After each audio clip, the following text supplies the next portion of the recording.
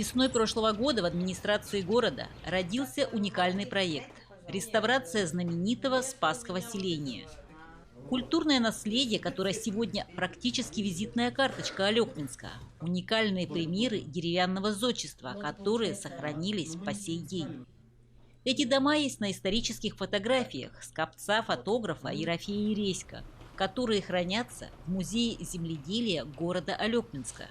Ну, я считаю, что сохранение памятников архитектуры – это всегда необходимо. Это наша история. История бывает и в словах, и в дереве.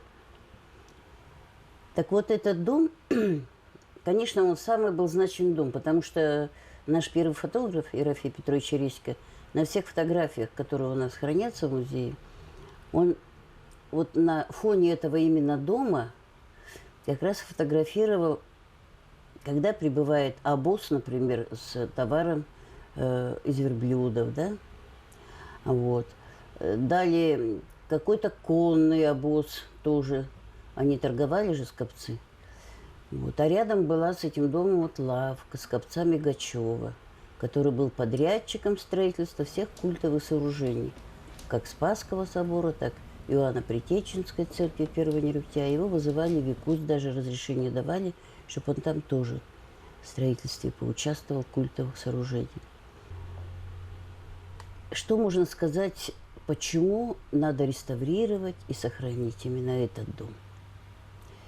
Вообще, по описанию профессора Крадина Николая Петровича, вот он дал описание всех этих архитектурных сооружений, значит, нигде, вот даже на севере, в Сибири, да, русской Сибири, редко можно найти вот такие вот строения.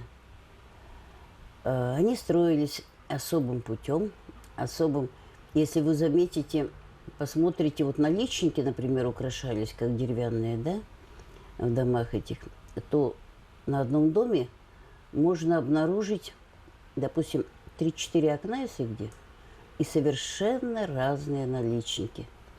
Это говорит о том, что мужики, которые строили эти дома, скопцы-переселенцы, скучали о своей родине. Кто-то орловские кружева в дереве привез, кто-то с Тураханского края, в общем, отовсюду. Таким образом, вот это...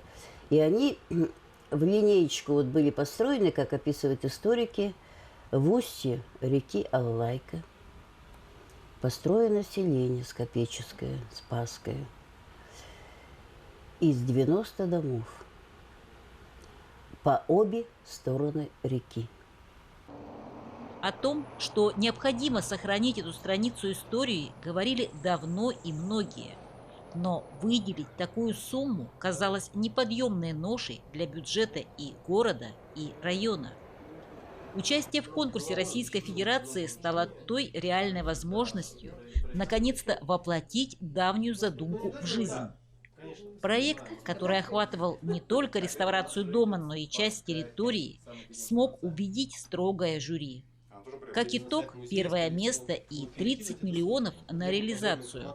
У меня еще в 2003-2005 годах была такая мысль. Вот, и я воплотила ее в жизнь. Вот мы приняли участие и, сами того не ожидая, заняли первое место. И в результате, значит, вышли победителями среди 49 городов.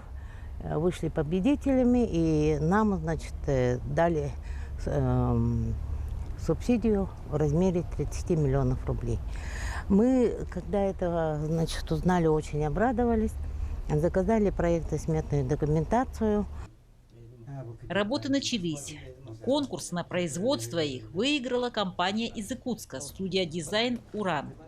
Это единственная в республике компания, которая имеет лицензию на производство таких работ. Это уже весной мы начали, уже когда уже подтаяло все, и начали уже эту работу. Взялись в Уран-студия. И вчера было сказано, что убрать с наружной стороны поздние постройки, на пристройке, а оставить вот дом с ковца как в первоначальном виде. Ну, восстановить после этого в первоначальном виде. Вот с той стороны это парадное крыльцо, но она ваша нету в данное время, давно его сгнило, там остров только остался. Вот внутри вот сейчас, вы видите, уже начались работы, демонтажная работа. В основном ведутся сейчас наверху, вот нижняя часть уже закончили, но фундамент остался еще, надо фундамент там заложить нулевую, там камень будет бутовый, а потом уже будем менять, но 5 венцов уже будем менять под их технологии. Точно такой же размер, точно такие же, ну, как они сделали с ковцы, так мы должны все восстановить. И, конечно, то, что останется вот здесь стена, их мы очистим, все, то, что ну, не сгнило, все обратно ставим. И также вот проемы окон, дверей, и вот капитальные стены тоже восстанавливаются. Ну, все полностью восстанавливается. Пол и самое это у нас работа ждет на верхней части. Там тоже балки почти 70% изгнило. Их надо поменять. Еще венцы, там два венца или 3 венца, это точно тоже меняется. А крыша полностью восстанавливается, потому что там уже полностью сгнила. И такой же, как под старину, мы должны сделать. Уникальная методика строительства этих домов – отдельная строка. Их строили на века, и они оправдали этот срок. Конечно, лес тогда был здоровый сам по себе. Вот бревна, как видим, они такие мощные, хорошие, но они вот когда их... Они же не сразу строили, как мы сейчас строим. Они каждое бревно на крюки подцепляли. И если бревно повело, уже это бревно не строили из этого бревна. Вот. А фундамент они, чтобы не гнил, обмазывали антисептиком, бычьей мочой. Вот. И, конечно, 100 с лишним лет – это большой срок для дерева, они очень сильные. И когда они вот строили, даже топором искры, как из камня, выбивали из этих бревен.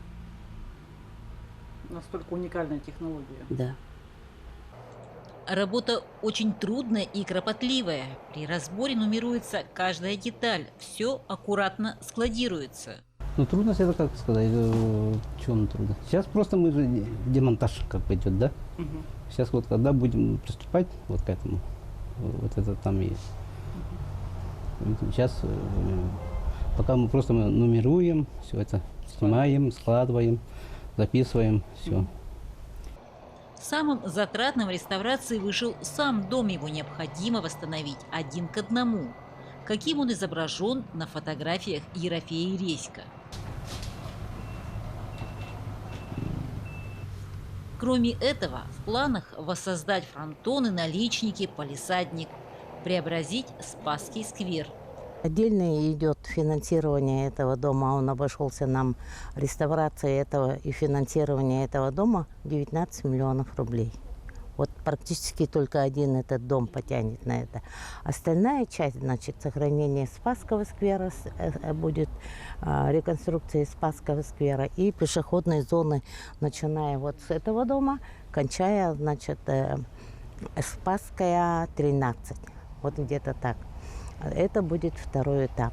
Ну, что там предусмотрится? Все, вот вся эта улица Спасская будет улицей представляться прототипом улицы 19 века.